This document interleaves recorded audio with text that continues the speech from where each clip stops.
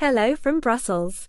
The RED revision was published in the EU official journal and a draft report on soil monitoring law has been submitted by the rapporteur Martin Hoosyk. At FEAD, though we've physically been in Brussels, our minds have been in Rimini as we've been busy packing and planning for our conference on PFAS in a couple of days. Join us for this exciting event by clicking the link in the description. Waste shipment regulation. According to the EU issue tracker, the European Parliament and Council will hold a third round of trilogue on the 16th of November. Soil monitoring law. Rapporteur Martin Hoosyk, Renew, Slovakia, drafted a report where he introduces the possibility to set intermediate goals for 2040 on soil health following an evaluation by the Commission. FEAD has provided feedback to the public consultation on SML. Renewable Energy Directive. On the 31st of October, the RED was published in the EU official journal. It will enter into force on the 20th of November 2023. Certification of sustainable bioenergy. On the 24th of October, the Commission published a report on bioenergy which states that a study on the certification of sustainable bioenergy sources according to RED will be launched at the end of 2023. Eco-design for sustainable products regulation. According to the EU issue tracker, IMCO committee is scheduled to meet on the 13th of November to be debriefed by David Cormand, Greens, France, on the status of the trilogue.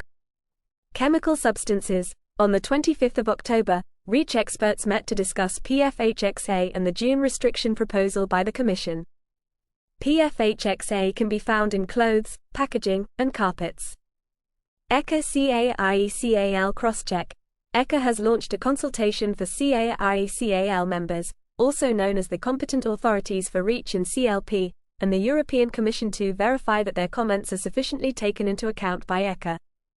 International Plastic Treaty. The fourth session of the Intergovernmental Negotiating Committee is scheduled to take place at the Shaw Centre in Ottawa, Canada, within the period 21 to the 30th of April 2024 inclusive of 1 day for regional consultations. EFRAGESRS. The EFRAGESRS Q&A platform to support the implementation of ESRS has launched.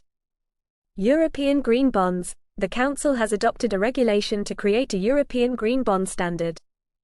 Intelligent Transport Systems. The Council has adopted a new framework to boost the rollout of its by revising the 2010 directive. The revision will be published in the journal in the coming weeks. Hydrogen. The European Policy Centre warns against excessive subventions of hydrogen as proposed by the Commission.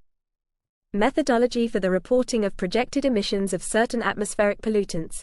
On the 27th of October, the European Commission published a draft delegated directive that amends Annexes I and IV of Directive (EU) 2016/2284 on the reduction of national emissions of certain atmospheric pollutants emissions. List of essential services. On the 30th of October, the Commission's delegated regulation establishing a list of essential services to supplement Directive (EU) 2022/2557 was published in the official journal of the EU. Green Deal. Maros Šefčovič, new commissioner for the European Green Deal, has stated in a Financial Times interview on the 29th of October that he may be open to a fourth mandate at the European Commission if it is focused on the Green Deal. Belgian Presidency. Context has obtained and published the latest version of the upcoming Belgian presidency's meetings calendar. The United Nations, the UN's Programme for the Environment, published a report that states that the financing needs of developing countries for the climate change are 10 to 18 higher than current financing.